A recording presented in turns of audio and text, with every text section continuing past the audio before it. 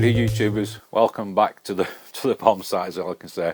There's literally stuff everywhere. I can't find anything at the moment, but we're enjoying the build. So I think last time we showed it, we were up to the concrete had been poured.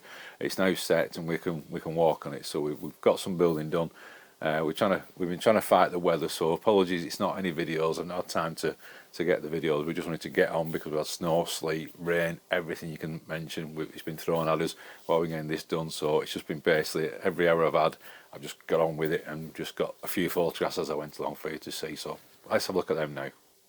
So a few days after you saw the last video, this is the concrete now set and we can walk on it at last. So no hesitation, we got the timber delivered and started building. So the first wall went up.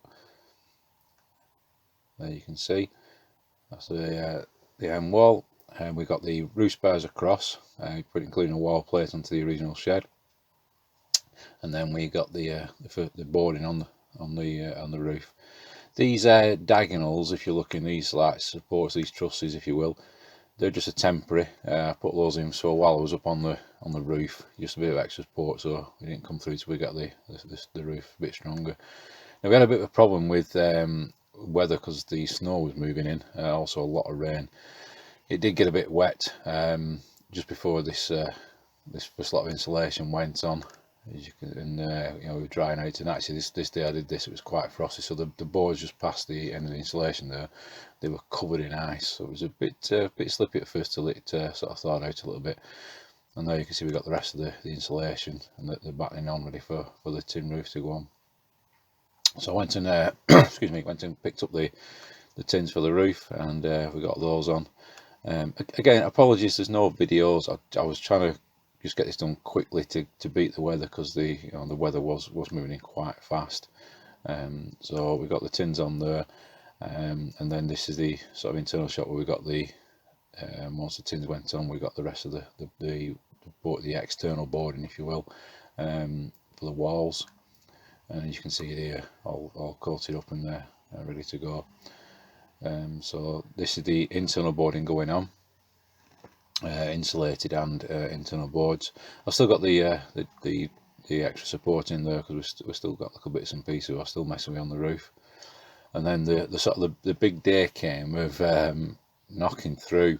Now, why this was a bit of a big day? So we went for you can see it's about a 4 foot wide gap, and on this photograph you can see this is where we did the new concrete, and we were trying to level it up the best we could to the original concrete without putting a hole in. So this was all done by measuring with levels, and up to this point I still weren't sure how much of a step, if any, there was going to be.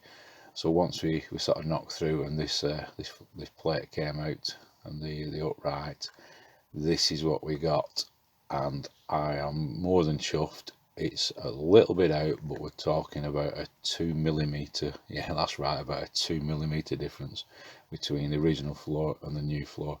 So more than chuffed with that. Anything I decide, like a sack truck or anything I want to wheel through there, not a problem. I've been walking in and out of it doing the work, and you can't even tell it's any difference. So we got finished off with the new window went in the corner, and the boarding there. And then finally the first piece moved in, which was a bench. Only reason being it was in my way, so I've just fitted it for now. I am going to be painting the floor, so I might take this bench out to paint around it, or I might just to paint the floor. I might just even paint around the feet, because I think this bench will be stopping, and if so it's only like a 3x2 little foot that needs painting. So that went in, and you can see there we've got some wiring put through the wall there, ready for the sockets to go on. So this is the back now. A little bit of a thing we've had with the rain, so I've got the gutter on as fast as we could. So nice face wall went on, and the gutter all up and running. And here we got the boarding that went back on the external to match it with the original shed, to make it nice and finished. And the last picture for now, just showing where we're up to, and we have lights, believe it or not. So the electric's in, and we have lights in there. So there you go, job done, or half done up to now. So we've got the concrete set, we've got the shed up, as you can see, roof on.